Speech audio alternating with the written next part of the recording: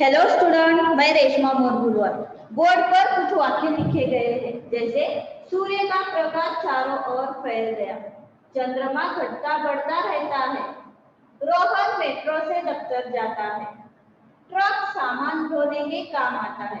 इन वाक्यों में कुछ चिन्हों का प्रयोग किया गया है, जैसे सूर्य शब्द में ए के ऊपर, प्रकाश शब्द में क के नीचे, चंद्रमा शब्द में ड के नीचे, मेट्रो शब्द में ट के नीचे और ट्रक शब्द में ट के नीचे। क्या आपको पता है इसे क्या कहते हैं? नहीं ना, कोई बात नहीं, मैं बताऊंगी। बच्चों, ये सभी र के प्रकार हैं। तो आज हम सीखेंगे र के विभिन्न रूप। हिंदी व्याकरण र के विभिन्न रूप। र के 3 रूप होते हैं, रेफ, पदेन और तीसरा पदेन। अब हम विस्तार से र के विभिन्न रूप की जानकारी प्राप्त करेंगे। पहला, रेफ। स्वर के बिना र का प्रयोग रेफ के रूप में अगले अक्षर के ऊपर किया जाता है, जैसे सर्प। सर्प शब्द में र का उच्चारण बिना स्वर हो रहा है, इसलिए इसे लिखते समय उसके अगले अक्षर के ऊपर अर्थात प के ऊपर रेफ की मात्रा में लिखा जाता है। कुछ शब्द हम देखेंगे, वर्षा, दर्पण, सूर्य। दूसरा है पदेन। र के पहले यदि कोई व्यंजन स्वर के बिना हो तो र को उस व्यंजन के नीचे टेढ़ी रेखा के रूप में लिखा जाता है, जैसे चक्र। चक्र शब्द में र के पहले क व्यंजन का उच्चारण हो रहा है और क व्यंजन का उच्चारण बिना स्वर हो रहा है, इसलिए र को लिखते समय उसी व्यंजन के नीचे टेढ़ी रेखा के रूप में लिखा जाता है।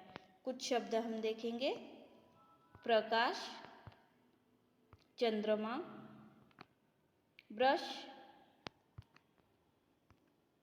तीसरा है पदेन। यदि व्यंजन स्वर रहित है और ट वर्ग से संबंधित है तो उसके नीचे टेढ़ी रेखाएं लगाई जाती है, जैसे राष्ट्र। राष्ट्र शब्द में र के पहले ट व्यंजन का उच्चारण हो रहा है और ट व्यंजन स्वर रहित है, इसलिए र को लिखते समय उसके नीचे टेढ़ी रेखा के रूप में लिखा जाता है। र के विभिन्न रूप में दूसरे नंबर का रूप पदेन और तीसरा नंबर का रूप पदेन, दोनों नाम सेम है, लेकिन दोनों भी सिंबल्स अलग है और उसका यूज करने का तरीका भी अलग है। जैसे पदेन में व्यंजन स्वर रहित है तो टेढ़ी रेखाएं लगाई जाती है और तीसरे नंबर के पदेन में व्यंजन स्वर रहित है तो टेढ़ी रेखाएं लगाई जाती है, लेकिन वो व्यंजन ट वर्ग से संबंधित है। तो ट वर्ग से संबंधित अर्थात ट, ठ, ड, ढ।